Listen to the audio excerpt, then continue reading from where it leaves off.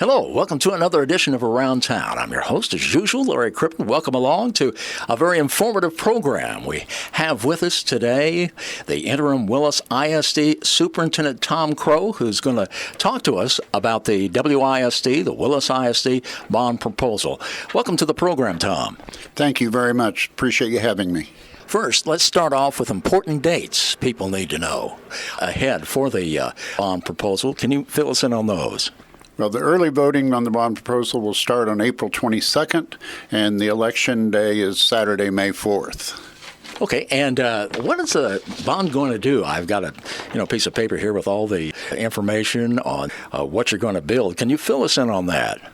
Yes, and what I would really start with is the growth that we're experiencing in Willis ISD. Sure. Our demographers, population and survey analysts out of College Station, have said that in the next 10 years, Willis ISD will add 10,000 kids. We've only got 9,000 right now, so basically we're going to double size. And they're predicting that we'll have 32,000 new homes in Willis in the next 10 years. So because of that, we've got to address that growth. You know, we had a bond issue in 2020 where we're building middle school 3 and elementary 7, but we've got to take care of the high school too. And we had a bond committee made up of 70 community members. I always point out this isn't Tom Crowe's bond issue. It isn't the board's bond issue. It's the community's bond issue. A community committee put it together. And, at the high school, they have recommended a 1,200 student freshman addition to the high school to address the growth there, as well as general infrastructure changes. In other words, adding parking to the high school, because if you're going to add 1,200 students, you're going to have more parking. Also, they've looked at our transportation center. Our transportation center was built in the early 70s, and we're parking buses on grass. We're parking them everywhere. We don't have bays to work on the buses. We don't have a wash bay. And so they looked at, we need a new transportation center. And so they were recommending a transportation center that will accommodate 100 buses, having 6 bays, training rooms, and so forth, out on North 75 there in Willis.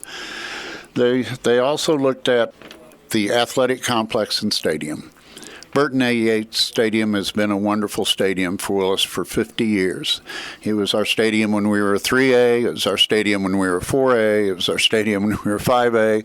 We're a 6A school district now. And if you tried to go to a game last year, you had a little trouble finding a seat.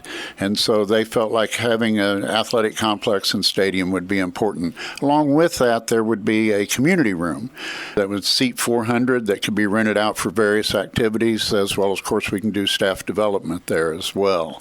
I see here an aquatic center you've got on the list. Yes. The aquatic center last bond issue failed by 9 votes.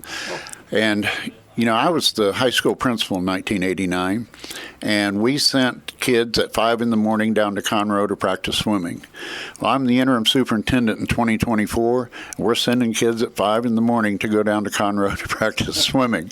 And so they felt like our kids deserved to have the aquatic center, which would be located on the same piece of property as the stadium. The stadium and aquatic center would be on 60 acres right across from the high school, right across 830. The aquatic center could be utilized in many ways. We could host meets there because we'd have seating for 800 people. Also, you could give swimming lessons. Being near Lake Conroe, it's important that kids know how to swim. And then, it could be used as a water aerobics site. And I see you have a proposal for Student Activity Center. The Student Activity Center, best way I can describe it is an indoor training facility. It would be 100 yards long and be covered.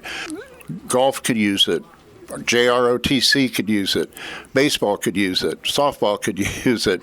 The band could use it. Drill team can use it.